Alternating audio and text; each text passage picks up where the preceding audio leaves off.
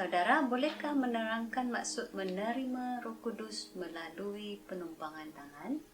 Boleh. Ini ialah langkah yang keempat selepas bertaubat, percaya dan dibaptis dalam air. Langkah yang keempat ini ialah menerima Roh Kudus melalui penumpangan tangan.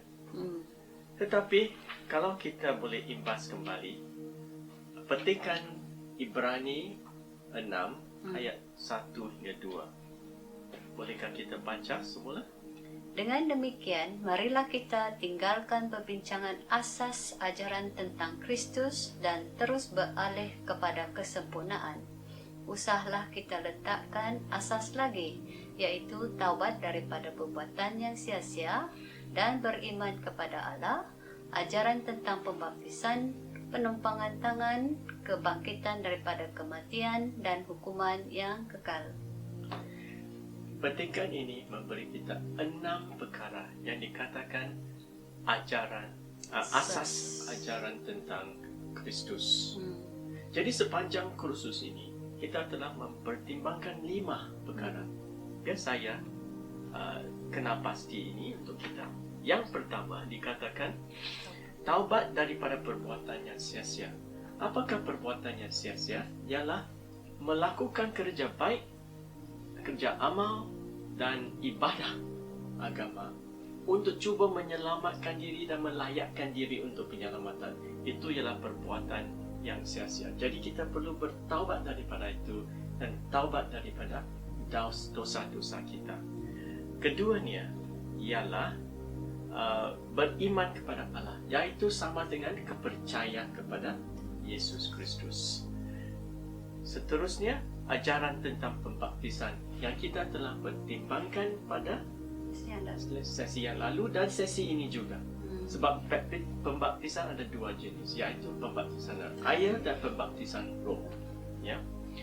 Seterusnya, kebangkitan daripada kematian kita telah pertimbangkan adalah hal-hal utama dalam Injil, yaitu Yesus mati, Yesus dikuburkan dan Yesus dibangkitkan.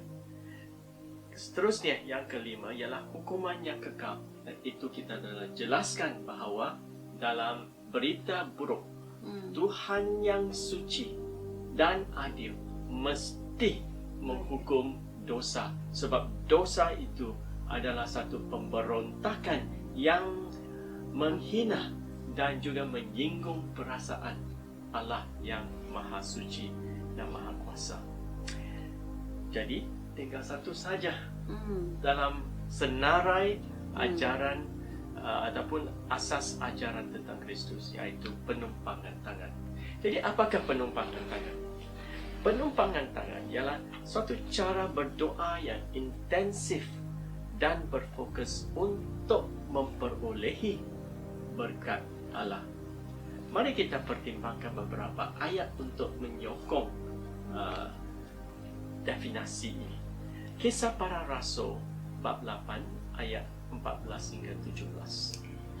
Apabila para rasul di Yerusalem mendengar bahawa orang Samaria telah menerima firman Allah, mereka mengutus Petrus dan Yohanes ke sana. Setelah sampai di situ, kedua-duanya berdoa semoga mereka menerima Roh Kudus. Kerana mereka belum lagi dipenuhi olehnya, mereka baru dibaptiskan sahaja dengan nama Tuhan Yesus. Kemudian Petrus dan Yohanes meletakkan tangan atas mereka, lalu mereka menerima Roh Kudus. Ya, jadi kalau kita baca petikan ini, Petrus dan Yohanes telah berdoa semoga orang-orang di Samaria menerima Roh Kudus. Dan cara mereka melakukan ini ialah dengan meletakkan tangan di atas mereka, lalu mereka menerima Roh Kudus. Ini sejajar juga dengan pembaptisan yang dilaksanakan. Ya, jadi kita dapat rumuskan bahawa ini adalah sebahagian daripada proses lahir semula dengan sempurna. Berdoa, menumpang tangan, penerimaan Roh Kudus. Kisah Para Rasul 9 ayat 17 dan 18 juga memberikan hal yang sama. Dengan demikian, Ananias pun pergi lalu masuk ke rumah itu dan meletakkan tangannya ke atas Saul sambil berkata, "Saudaraku Saul, Tuhan Yesus yang telah menampakkan dirinya kepadamu dalam perjalanan ke sini telah mengutuskanku supaya engkau dapat melihat semula dan dipenuhi Roh Kudus." Serta-merta sesuatu seperti sisik gugur daripada mata Saul dan dia dapat melihat semula. Dia pun bangun lalu dibaptiskan. Di sini Ananias telah diutus oleh Allah untuk meletakkan tangannya ke atas Saul, iaitu orang yang menganiaya gereja. Dia belum percaya lagi. Ya, meletakkan tangannya ke atas Saul sambil berkata, iaitu berdoa. Doanya ialah pengistiharaan, ya, supaya Saul disembuhkan. Ya, bahawa Tuhan Yesus telah menampakkan dirinya dan dia mengistiharkan supaya Saul dipenuhi oleh Roh Kudus. Jadi doa Ananias telah dicatatkan untuk kita. Doa, menumpang tangan, dan pembaptisan. Jadi ini semua adalah sebahagian daripada proses lahir semula dengan sempurna. Satu lagi, Kisah Para Rasul 19 ayat 5 hingga 6. Setelah mereka mendengar penerangan itu, mereka dibaptiskan dengan nama Tuhan Yesus. Paulus meletakkan tangan di atas mereka, lalu datanglah Roh Kudus menguasai mereka, dan mereka semuanya bercakap dalam berbagai-bagai bahasa serta bernubuat. Pembaptisan, menumpang tangan atau meletakkan tangan, datanglah Roh Kudus. Berkali-kali kita baca kombinasi ini semasa seorang melintas masuk ke dalam kerajaan. Penumpang tangan ialah berdoa dengan intensif untuk satu perkara yang spesifik, iaitu dalam hal pembaptisan ialah menerima Roh Kudus, dipenuhi oleh Roh Kudus, dan datanglah Roh Kudus untuk hidup di dalam orang itu. Jadi menumpang tangan adalah cara seorang didoakan oleh orang yang percaya supaya dia akan menerima Roh Kudus di dalam hati mereka. Betul. Ya, apabila kita diinsafkan oleh Roh Kudus dan menerimanya, yaitu Roh Kudus untuk datang hidup di dalam kita, itulah satu yang merupakan kurnia Allah kepada kita yang sungguh istimewa. Kita baca ini dalam Yohanes 16 ayat 7 hingga 11. Apa yang kukatakan kepadamu ini benar, untuk kepentinganmu. Baiklah aku pergi. Selagi aku tidak pergi, penolong itu tidak akan datang kepadamu. Jika aku pergi, aku akan mengutusnya kepadamu. Setelah dia datang nanti, dia akan menginsafkan dunia tentang dosa, kebenaran, dan penghakiman. Tentang dosa kerana mereka tidak percaya kepadaku. Tentang kebenaran kerana aku akan pergi kepada Bapa dan kamu tidak akan melihatku lagi. Dan tentang penghakiman kerana pemerintah dunia ini telah dihakimi. Apabila seorang lahir semula dengan sempurna, mesti dengan bantuan Roh Kudus, yaitu penolong yang diberikan kepada kita, dikurniakan kepada kita oleh Allah. Dan proses yang dia mula-mula lakukan, yaitu menginsafkan dunia tentang dosa, yaitu menginsafkan kita tentang dosa supaya kita boleh bertaubat. Kemudian mengisahkan tentang keperluan perbenaran. Perbenaran dicurahkan kepada kita, dikreditkan daripada Tuhan Yesus Kristus, dan kita sedar bahawa kita dilepaskan daripada penghakiman kerana Tuhan Yesus telah membantu kita menjadi penggantinya. Luar biasa apa yang kita baca ini. Seterusnya dalam Matius 3 ayat 11. Aku membaptismu dengan air untuk menunjukkan bahawa kamu telah bertaubat. Tetapi dia yang datang selepasku akan membaptismu dengan Roh Kudus dan api. Dia lebih berkuasa daripadaku. Membawakan kasutnya pun aku tidak layak. Ini ialah kata-kata yang dikeluarkan oleh Yohanes Pembaptis yang menjangkakan satu masa yang akan datang. Ya, dikatakan di sini pembaptisan dengan air berlaku, tetapi ada pembaptisan dengan Roh Kudus dan api.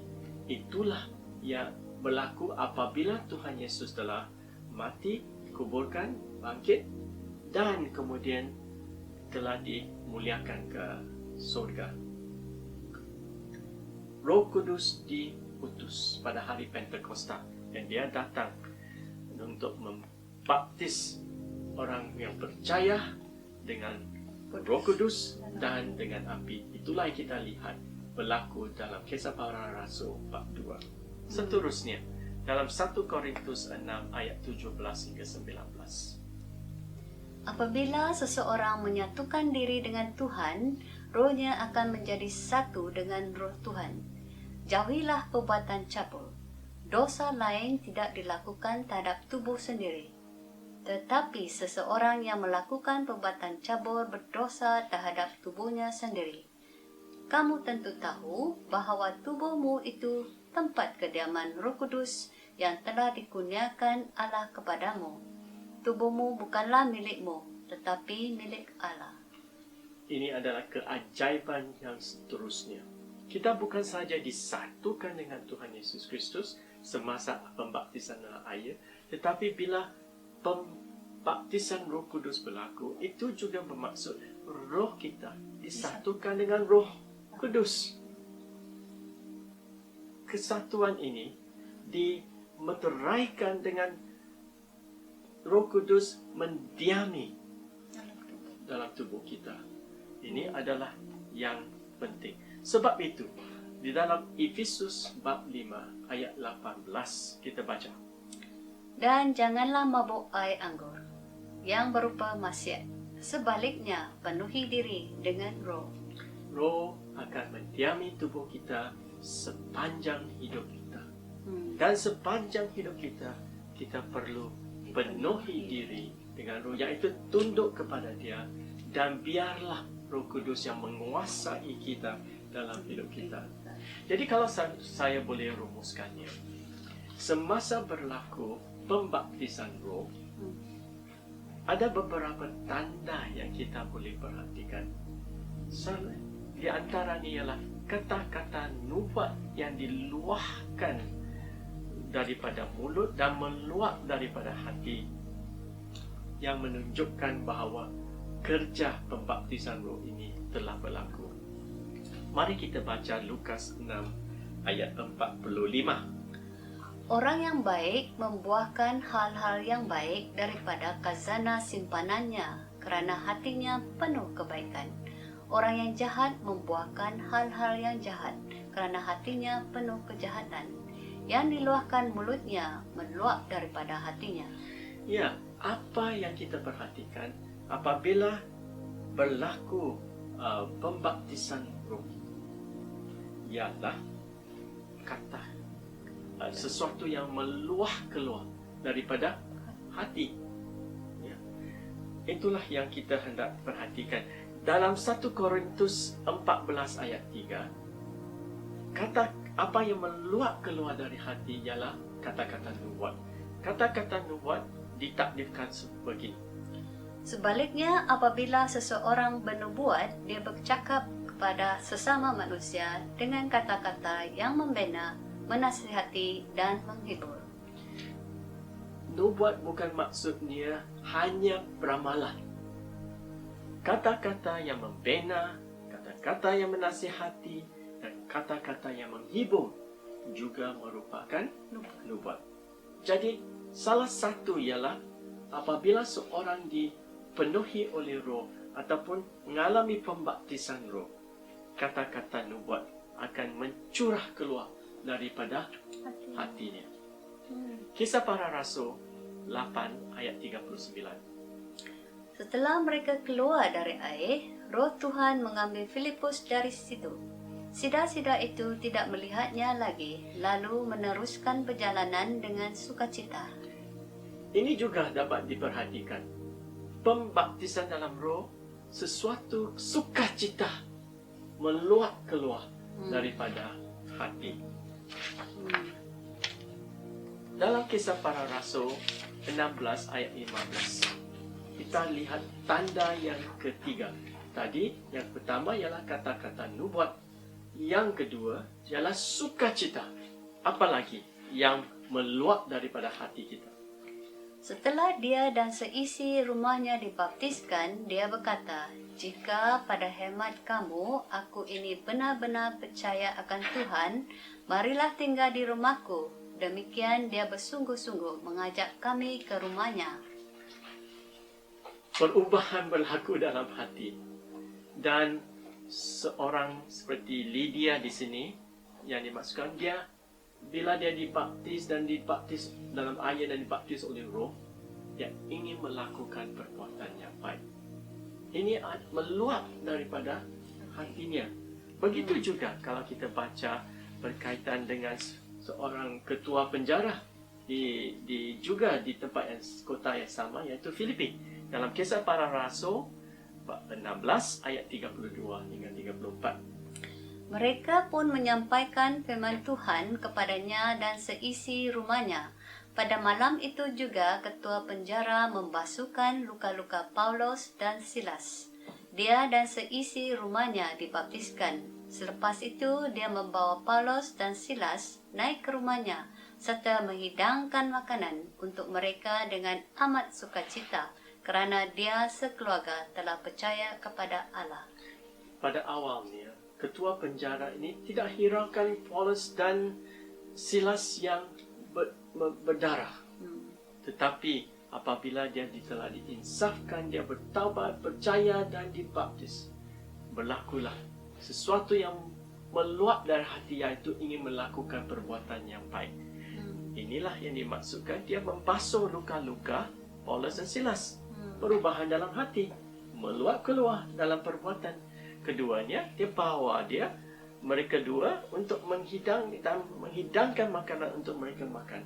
Dan dia lakukan sesuatu yang bersukacita. Inilah yang berlaku apabila seorang itu dibaptis dalam Roh. Pertama, dia akan mungkin berlaku kata-kata nubuat curah daripada hati. Kedua, sukacita meluap keluar.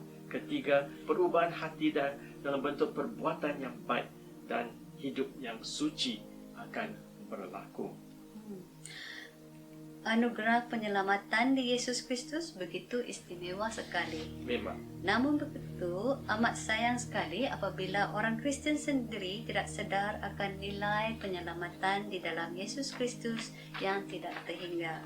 Bolehkah kita bincangkan sesuatu senario yang saya fikir kebanyakan daripada kita pernah hadapi atau dengar. Senarionya lebih kurang begini. Terdapat seorang kawan yang Kristen sejak lahir jatuh cinta dengan seorang yang beragama lain. Dia memberitahu kamu bahawa dia akan tukar agama untuk membolehkan mereka berkahwin. Tetapi dia mengatakan bahawa dia masih seorang Kristen dalam hati. Macam mana pula cara kita berespon kalau kita dalam hal itu? Ini pendapat saya. Kalau kita nak membantu kawan kita, pertamanya kita mesti menangani situasi ini seawal-awal yang mungkin. Jangan lengah-lengah. Jumpa dia dan berkongsi dengan dia. Tetapi semasa kita lakukan ini, kita mesti faham, kita tidak dapat mengubah fikiran orang itu. Kedua, kita tidak boleh memaksa dia untuk ikut kehendak kita. Apa yang kita boleh buat ialah kita membantu dia memahami hal-hal dan fakta-fakta yang relevan daripada firman Tuhan berkaitan dengan situasi dan keputusan mereka. Jadi, izinkan saya untuk kongsi beberapa ayat yang sangat relevan yang boleh diusulkan kepada mereka untuk dipertimbangkan. Ini adalah ayat-ayat yang boleh dikatakan keras tetapi sangat perlu. 2 Timotius bab 2 ayat 12 hingga 13. Jika kita tabah, kita juga akan memerintah bersamanya. Jika kita menyangkalnya, dia juga akan menyangkal kita. Jika kita tidak setia, dia tetap setia. Dia tidak boleh menyangkal dirinya. Sangat jelas. Dikatakan di sini, jika kita menyangkalnya, yaitu Tuhan Yesus juga akan menyangkal kita. Apabila kita murtad atau tukar agama, kita mesti menyangkal dia. Dan sebab itu, akibatnya ialah pada akhirnya semasa penghakiman, Tuhan Yesus akan menyangkal bahawa kita adalah orang Nia dan orang yang percaya kepadanya. Matius 10 ayat 21 hingga 22. Saudara, akan berlaku khianat terhadap saudara, bapa terhadap anak, dan anak terhadap ibu bapa, lalu menyerahkan mereka untuk dibunuh. Kamu akan dibenci oleh semua orang kerana namaku, tetapi sesiapa yang bertahan hingga ke akhir akan diselamatkan. Jelas juga, ya, khianat akan berlaku dalam kalangan orang Kristen juga. Dan dikatakan di sini, orang akan benci kita kerana kita percaya kepada nama Tuhan Yesus Kristus. Tapi di sini diberi satu dorongan. Sesiapa yang bertahan hingga ke akhir akan diselamatkan. Soalnya, kalau orang Kristen tidak bertahan dalam imannya sehingga akhir hayatnya, adakah dia akan diselamatkan? Tidak. Jawapannya jelas. Mengikut logik di dalam ayat ini. Mari kita baca Matius 10 ayat 26 hingga 28. Jangan takut akan manusia. Yang tersembunyi akan dinyatakan, yang dirahsiakan akan didedahkan. Apa yang kukatakan kepadamu secara rahsia, sampaikanlah secara terang-terang.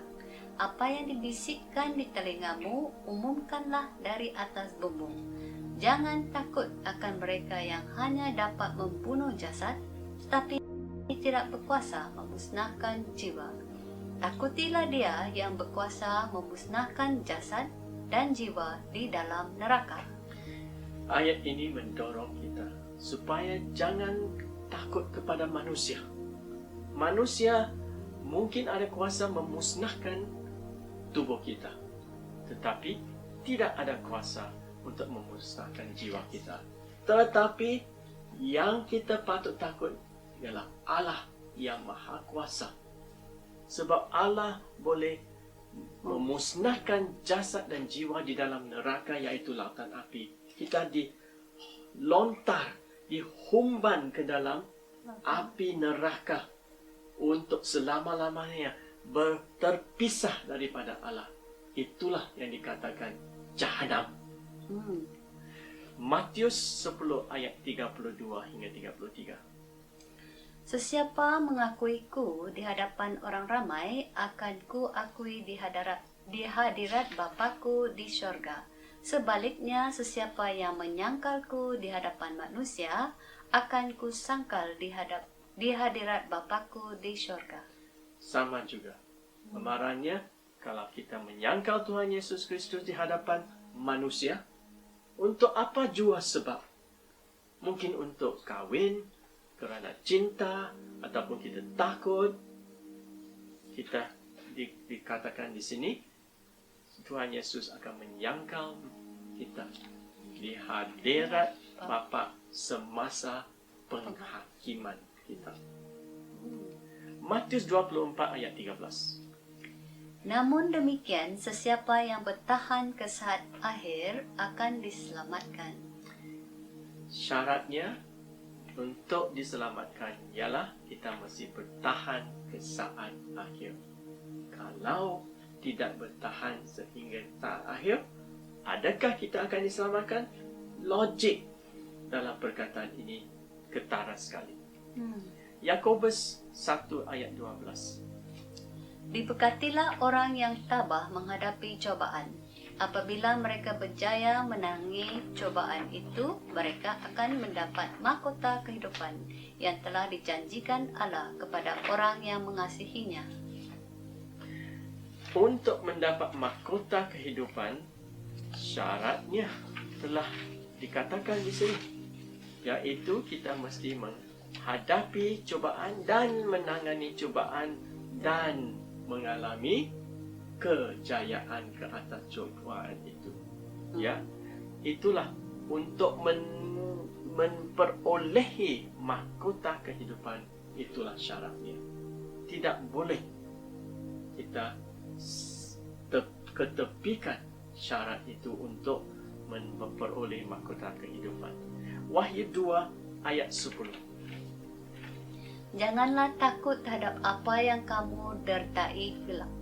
Ketahuilah, iblis akan mengumbankan sebilangan daripadamu ke dalam penjara untuk mengujimu. Kamu akan menanggung kesengsaraan selama 10 hari. Setialah sampai mati, maka aku akan menganugerahimu mahkota hidup sebagai ganjaran kemenangan. Jelas sekali. Keadaannya ialah penyiksaan, penderitaan, penganiayaan yang berlaku. Tapi dorongannya ialah kita mesti menanggung kesengsaraan, tetapi setia sampai mati. Itu syaratnya. Syarat kita mesti setia sampai mati, maka kita akan dianugerahi mahkota hidup sebagai ganjaran kemenangan. Kita tidak boleh menerima mahkota hidup kalau kita murtad. Tak boleh. Kalau kita menyangkal Tuhan Yesus Kristus, kita tidak akan menerima mahkota hidup. Tapi petikan-petikan daripada buku Ibrani adalah yang paling menggerunkan. Mari kita baca Ibrani 6 ayat 4 hingga 6. Bagi orang yang pernah mengenal kebenaran, telah mengecap pemberian dari syurga, telah mendapat bahagian dalam Roh Kudus, telah merasakan kebaikan firman Allah dan kuasa zaman akan datang, jika mereka berpaling, mustahil untuk membawa mereka bertaubat semula, kerana mereka telah menyalib anak Allah sekali lagi bagi diri mereka serta memalukannya di mata orang ramai. Orang yang dimaksudkan di sini ialah orang yang sudah percaya. Jelas, dia mengenal kebenaran, mengecap pemberian dari surga, mendapat bahagian dalam Roh Kudus, merasakan kebaikan firman Allah dan kuasa zaman akan datang. Mestilah seorang Kristian yang sudah percaya. Tetapi dikatakan di sini, jika mereka berpaling, mustahil untuk membawa mereka bertaubat semula. Bagaimana bertaubat semula kalau dia belum lagi bertaubat? Maksudnya, orang ini sudah bertaubat. Tetapi sekarang, dia berpaling. Dan ayat ini mengatakan bahawa mereka tidak boleh bertaubat semula. Mustahil. Mereka telah menyalib anak Allah sekali lagi. Tak boleh menyalibkan Tuhan Kristus 2 kali. Dan bagi mereka serta memalukannya di mata orang ramai. Jadi orang ini mustahil untuk bertaubat lagi. Jadi ini adalah amaran yang keras kepada orang yang sudah mengetahui kebenaran, sudah mengecapi hidup yang baru, tetapi dengan sengaja, walaupun mereka ketahui kebenarannya, murtad, meninggalkan iman mereka. Inilah yang dimaksudkan dalam Ibrani 6 ayat 4 hingga 6. Satu lagi bahagian petikan dalam Ibrani 10 ayat 26 hingga 31. Jika kita sengaja melakukan dosa setelah kita mengenal kebenaran, tiada lagi korban untuk menebus dosa. Yang ada hanyalah ketakutan menanti hukuman dan api kemukaan yang akan memusnahkan semua yang ingkar.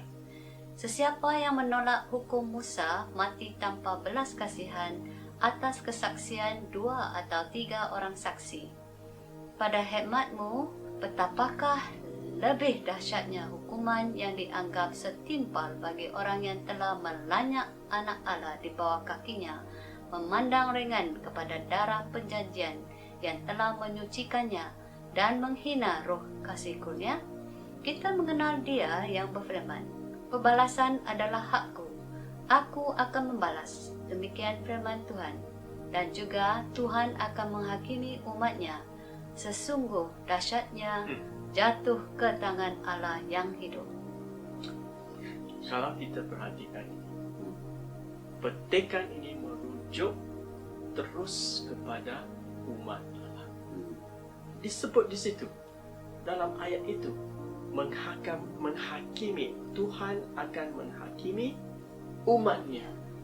Jadi sudah tentu petikan ini dan kata-kata ini ialah amaran yang ditujukan kepada orang Kristen. Kita tidak boleh elakkan. Kamu boleh cuba lihat untuk mengelak ini, tetapi saya rasa ayat ini cukup terjelas. Tengoklah apa yang berlaku. Mereka sengaja melakukan dosa. Bukan mereka tidak tahu. Bukan mereka jahil. Mereka sengaja melakukan dosa setelah mengenal kebenaran. Sengaja. Ini orang Kristian sengaja menolak kebenaran dengan sengaja. Melanyak anak Allah di bawah kakinya. Ini betul-betul menghina. Melanyak kaki di bawah kakinya. Seterusnya dikatakan memandang ringan darah perjanjian. Dia tahu darah Tuhan Yesus Kristus telah memberi kita penyelamatan dan penyucian. Tapi yang memandang ringan,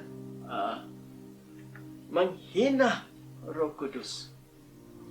Ini adalah kata-kata dan deskripsi yang sangat keras dan jelas tentang orang Kristen yang dengan sengaja murtad.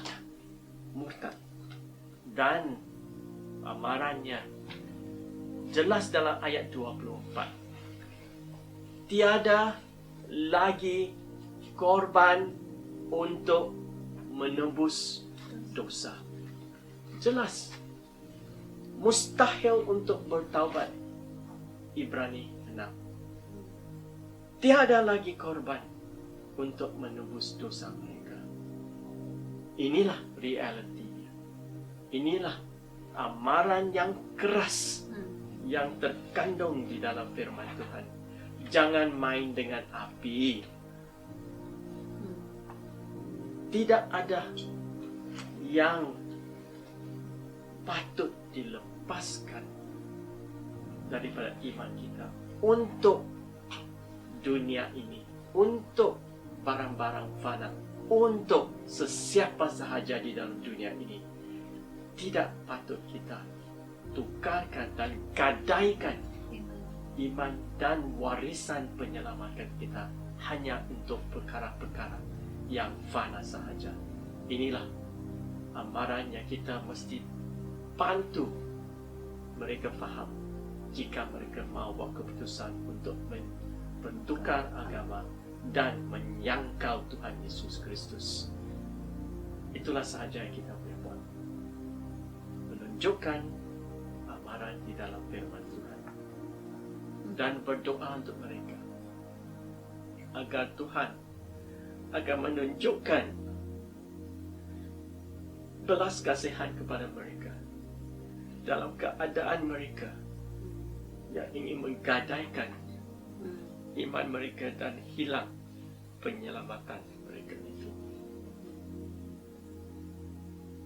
Ya, kita betul-betul kena menasihati mereka yang ingin menukar agama kerana cinta, kerana itu adalah sesuatu yang kalau kita memahami sangat-sangat merugikan mereka lah.